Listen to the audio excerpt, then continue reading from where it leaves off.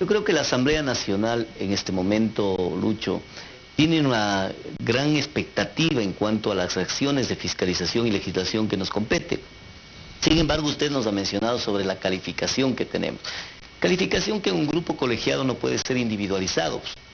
Tenemos ahí actores del correísmo, actores del morenismo, de la oposición, que tienen obviamente una serie de elementos en la propuesta legislativa que desazona a la gente, que genera una desazón en el elector, en la ciudadanía, y eso genera una calificación colectiva como la que usted nos ha mencionado. Pero eso no nos debe mover, lo que nos debe mover son las responsabilidades.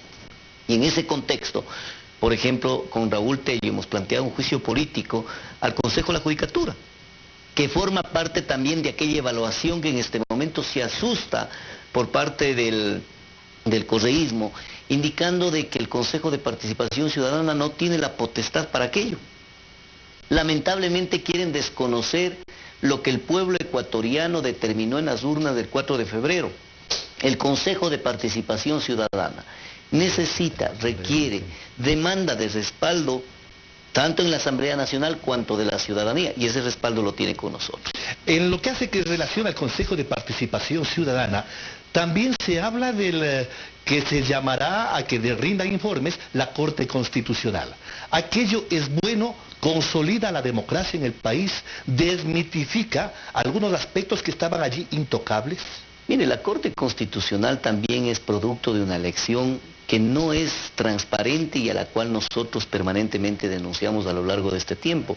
El Consejo de Participación Ciudadana ha determinado los procedimientos mediante el cual votó el Pleno, entiendo, con la abstención de uno de los miembros del Consejo, y ha determinado la necesidad de evaluar a una de las instancias fundamentales.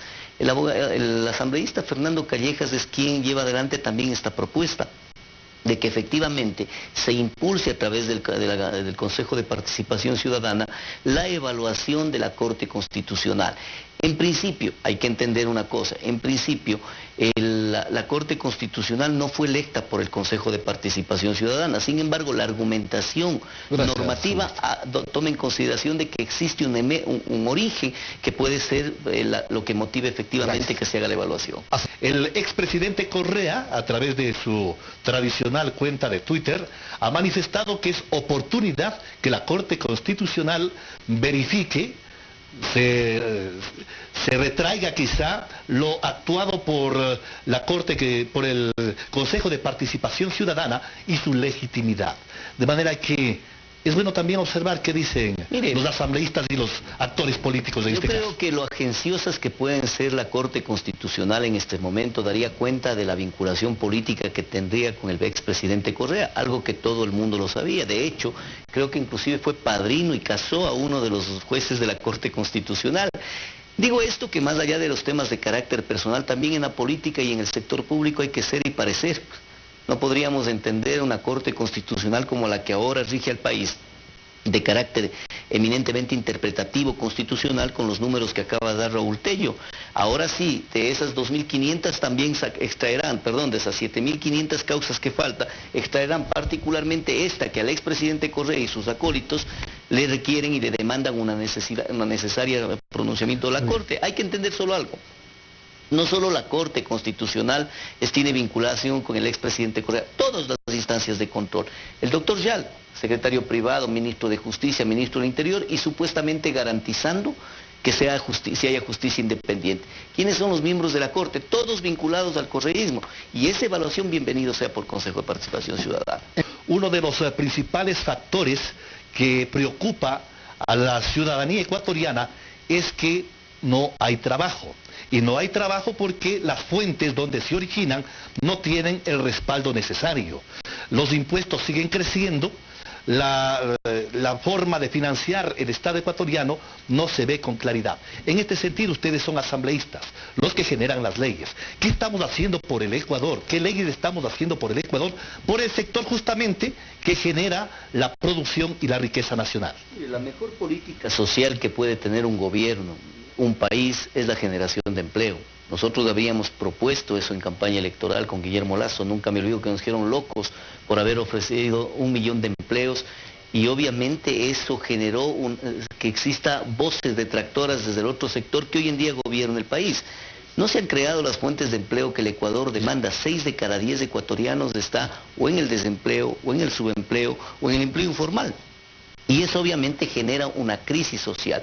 El padre de familia que no llega a su casa con la tranquilidad, Lucho, de tener la condición económica para sostener la educación, la salud, la vivienda de sus hijos, genera una crisis emocional interna que es lo que tenemos que precautar. Sí, pero esos son los diagnósticos.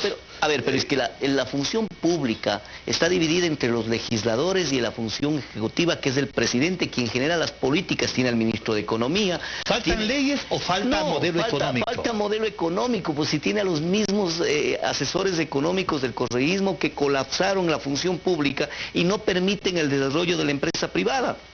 De ahí viene la necesidad de hacer un cambio, un giro en el modelo económico y ahí empezar a entender a otro país.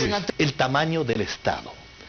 Hablamos de mejorar las condiciones de vida, de que los empresarios tengan el respaldo del Estado para que generen vía ese mecanismo el impulso al emprendimiento del ecuatoriano, pero hay un tamaño del Estado que asfixia.